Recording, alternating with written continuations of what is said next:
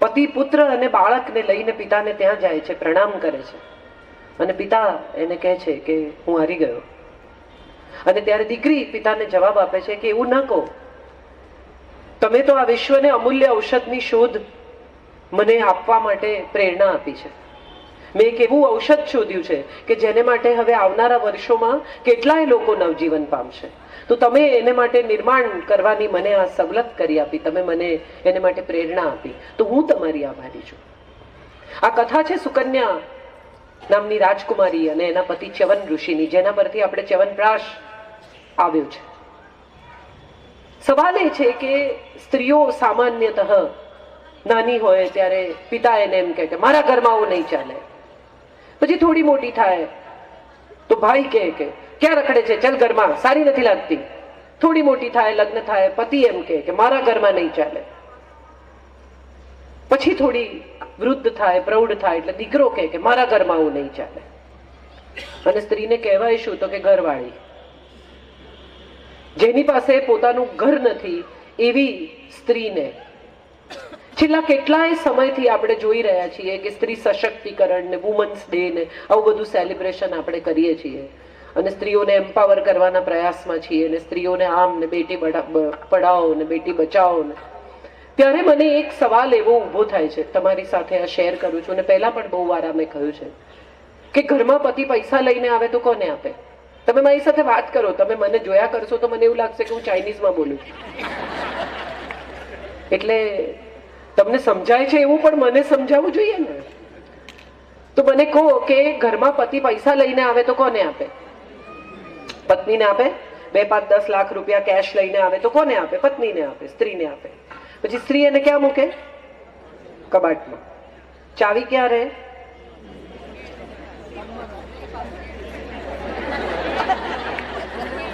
અને પતિ એમાંથી 2, 5 લાખ રૂપિયા મૂક્યા હોય, એમાંથી લાખ રૂપિયા માંગે તો પત્ની શું કે? કેમ જોઈએ છે? બેંક પૂછે છે તમને કેમ પૈસા જોઈએ છે? તમારા પૈસા છે, તમે મૂક્યા, તમારે પાછા માંગવા હોય તો તમને બેંક આપી દે. એમ્પાવરમેન્ટ આ દેશમાં ડે 1 હતું જ. આ દેશે કોઈ દિવસ વુમન એમ્પાવરમેન્ટ નથી જોયું, એવું બન્યું જ નથી. દેવોને શક્તિ જોઈએ, આયુધ જોઈએ તો કોની પાસે જાય? કાલી પાસે, દુર્ગા પાસે. દેવોને પૈસા જોઈએ તો કોની પાસે જાય? લક્ષ્મી પાસે. એમને વિદ્યા જોઈએ તો કોની પાસે જાય? દેવો જેને નમે છે એ સ્ત્રી છે. તો હવે એનાથી વધારે તો એમ્પાવર કરીને ક્યાં લઈ જશો? સવાલ એ છે કે આ એમ્પાવરમેન્ટની દિશા કઈ છે? સવારના પોરમાં ઉઠીને કેટલા બધા બહેનોને મેં જોયા છે રાશિ ભવિષ્ય વાંચે. આજનો દિવસ કેવો જશે, કચ્છ અને પઠણ નય. મજાની વાત એ છે કે કૃષ્ણ અને કંસની રાશિ એક છે, બંને કચ્છ છે. કંસમાં લખ્યું હોય કે આજે તમારા સ્વજન તમારા સગાથી સંભાળજો, અને કૃષ્ણમાં લખ્યું હોય કે વિજયનો દિવસ છે, દુશ્મનનો નાશ થશે. આ બેમાંથી સાચું કોણ? રામ ને રાવણની રાશિ એક છે, શબરી ને શૂરપણખાની રાશિ એક છે. ભાગ્ય શું ને કોણ નક્કી કરે આ ભાગ્ય? દીકરી જન્મે ને ત્યારે જ કહી દે કે માંગલિક છે. એના લગ્ન તમે જોઈ વિચારીને કરાવજો. મને ઘણી વાર આ સવાલ થાય છે કે આટલા બધા દૂર ગ્રહો જે નજરે દેખાતા નથી એ તમને કેવી રીતે નડે? અને સવારના પોરમાં ઉઠીને મંગળ નક્કી કરે કે આજે હું આને નડીશ, એને એટલો ટાઈમ છે? કેટલા બધા છાપાઓમાં તમે જુઓ છો જ્યોતિષોની જાહેર ખબરો નાની નાની હોય છે, જોઈ છે તમે? સચોટ નિદાન, વશીકરણ, કામ થવાની ગેરંટી, આવું બધું લખ્યું હોય છે. એને જાહેરાત આપવી પડે ને એનો અર્થ જ એમ કે એનું પોતાનું કામ નથી થતું. બાકી એ શું કરવા જાહેરાત આપે જો એનું કામ થતું હોય તો? મેં એક દિવસ એક સભામાં સવાલ પૂછેલો, તમને પણ આજે પૂછું છું. સીતા બહુ નાના હતા ત્યારે શિવ ધનુષ્યથી રમતા. ખબર છે બધાને? આ કથા તો બધાને ખબર જ હશે. પછી જયારે એમનો સ્વયંવર થયો ત્યારે શિવ ધનુષ્ય રાવણ ઉપાડી ન શક્યા 20 હાથ સાથે. આંગળા ચકદાઈ ગયા એની કથા પણ આપણને ખબર છે. જે છોકરી 12 વર્ષની ધનુષ્યથી રમતી હતી, એ છોકરી જે ધનુષ્યથી રમતી હતી, એ ધનુષ્ય જે માણસ ન ઉપાડી શક્યો, એ જ્યારે મોટી થઈ ગઈ ત્યારે છોકરીને ઉપાડી ગયો. આવું બને? કેમ આવું થયું? કારણ કે રાવણ ભગવા પહેરીને આવ્યો, સાધુ વેશે. આપણા દેશમાં ભગવા વસ્ત્રોને નમી જવાની કોઈ વિચિત્ર પરંપરા છે. આપણે માણસ સારો છે કે નહીં, ભીતરથી સાધુ છે કે નહીં, એનો વિચાર નથી કરતા. આપણે એને શું પહેર્યું છે એનો વિચાર કરીએ છીએ. વસ્ત્ર નહીં, વિચાર.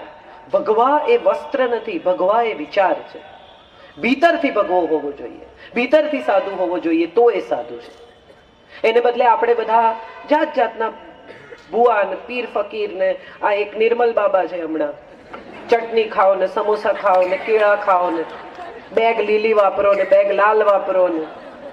હમણાં કોઈ કે મને વોટ્સએપ પર જોક મોકલે છે, બહુ ઇન્ટરેસ્ટિંગ જોક છે, કે એક દીકરીના લગ્ન હતા, ફોટોગ્રાફર્સ આવી રીતે બહાર બધા કેમેરા લઈને પ્રતીક્ષા કરતા હતા કે હમણાં દુલ્હન તૈયાર થઈને આવશે.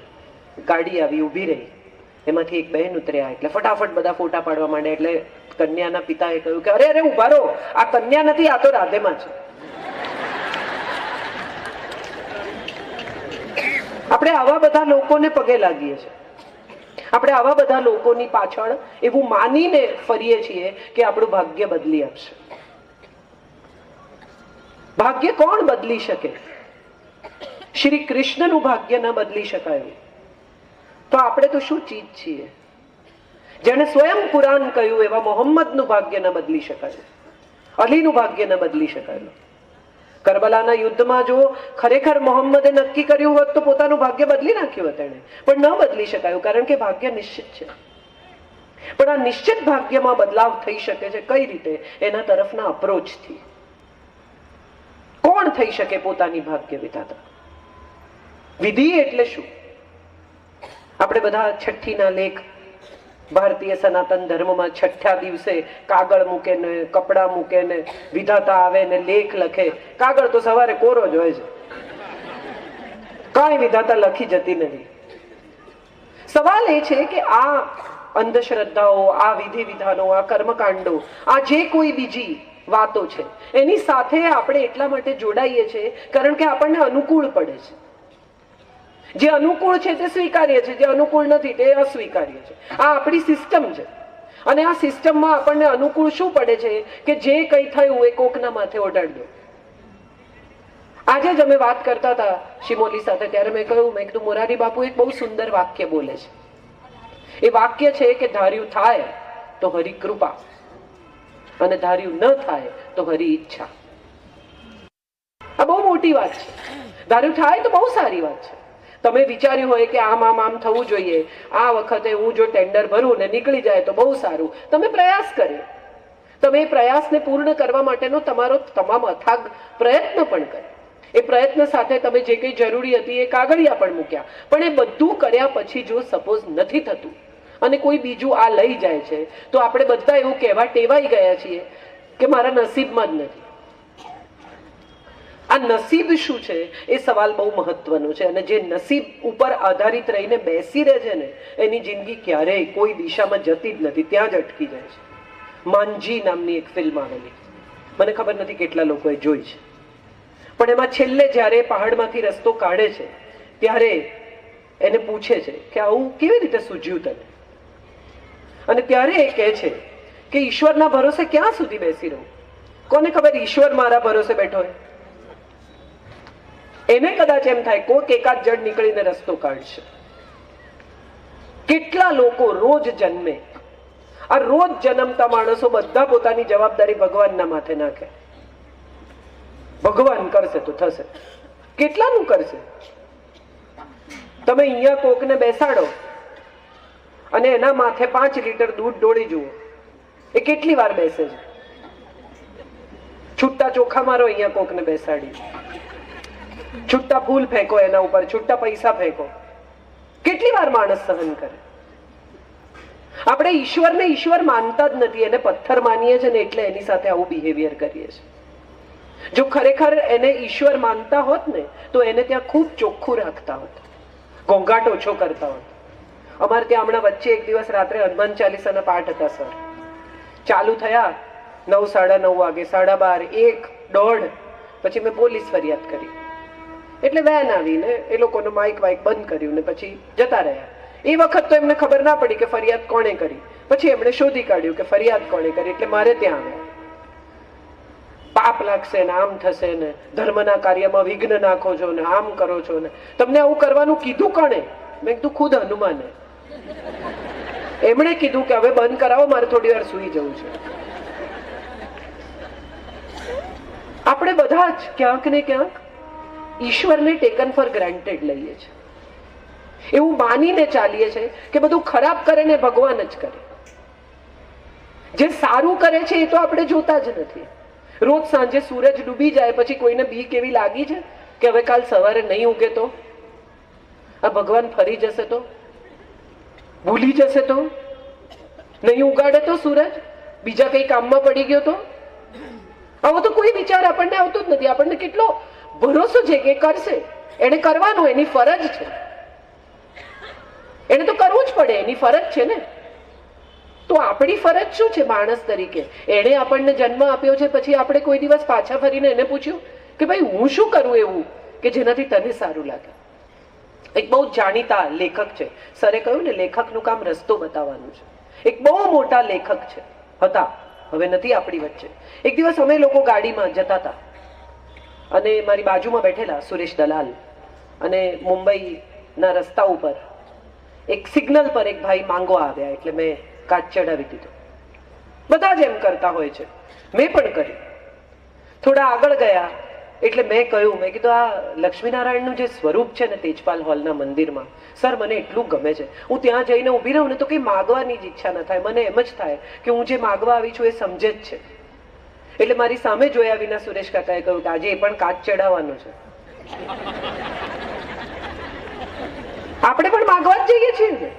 કોઈ એવું જોયું કે જે મંદિરમાં જઈ 2 હાથ જોડીને એમ કે thank you, thank you so much કે મારા બંને ઘૂંટણ ચાલે છે, મારી બંને આંખો જોઈ શકે છે, સવારે ઉઠું તો ભૂખ લાગે છે, શ્વાસ લઈ શકું છું, જિંદગી સુપર્બ છે યાર, thank you, thank you for giving me all this. સમયસર વરસાદ પડે છે, સમયસર સૂરજ ઉગે છે, આ ઠંડો પવન ચાલે છે, આ બધા માટે થેન્ક યુ. આવું તો આપણે કોઈ દિવસ કહેતા જ નથી. શું નથી થયું એ જઈને કહો એને. તમે વિચાર કરો કે દુનિયાનો કોઈ પણ માણસ, એ પતિ હોય, પત્ની હોય, સંતાન હોય, ભાઈ હોય, બહેન હોય, મિત્ર હોય, એને શું નથી કર્યું એ રોજ સવારે ઉઠીને તમે એને કયા કરો તો એ કેટલા દિવસ સાંભળશે? તમારી પત્ની ગમે તેટલું સારું રાંધતી હોય કે ગમે તેટલી મહેનત કરતી હોય, તમે રોજ એમાંથી એક ભૂલ શોધી કાઢો ને એટલે નક્કી કરી લે કે હવે રાંધો જાતે થોડા દિવસ. પતિ ગમે તેટલું કમાઈને લાવતો હોય ને પત્ની એમ જ કયા કરે કે ઓછું જ છે. બાજુવાળાની ગાડી જોઈ, સરે કીધું ને બાજુવાળાનો મોબાઈલ સારો ના હોય ત્યાં સુધી આપણે ખુશ છીએ. ખરેખર આપણે બધા અપ્રુવલની સોસાયટી છે. બીજા અપ્રૂવ કરે તો આપણું સુખ, બીજા અપ્રૂવ ના કરે ત્યાં સુધી એને સુખ ના કહેવાય. તમે મર્સિડીઝ લીધી એનું બહુ મહત્વ નથી, પડોશીએ જોઈ ને એની આંખમાં ઈર્ષા આવી તો એનું મહત્વ છે. અને ન જોઈ, કદાચ તમે 2-3 દિવસ બહાર પાર્ક કરી તેમ છતાં એને ન જોઈ, જોઈ છતાં તમારી સાથે વાત ન કરી તો પેંડા લઈને જાય. અમે ગાડી લીધી, કઈ લીધી? મર્સિડીઝ. એટલે તરત પડોશી કે વેરી નાઇસ, બહુ જ સરસ, ચાલો અમને કોઈ દિવસ આંટો મરાવજો. પેંડા વેંડા ખાય, બહાર નીકળે, હજી બારણું બંધ થાય એ પહેલા પાડોશી કે એ તો કાળા ધોળા કરે એટલે લે, આપણાથી ના લેવાય. અને જે બહાર નીકળ્યો છે પેંડા ખવડાવીને એ તરત એમ કે મોઢું જોયું. બેમાંથી કોઈ ખુશ નથી પેંડા ખાઈ. એકને ઈર્ષા છે, એકને પેલાની ઈર્ષાનું સુખ છે.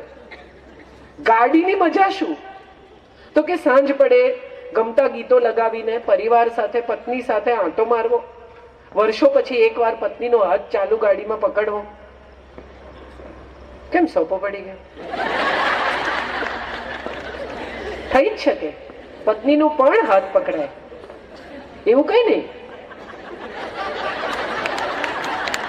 કરેક્ટ.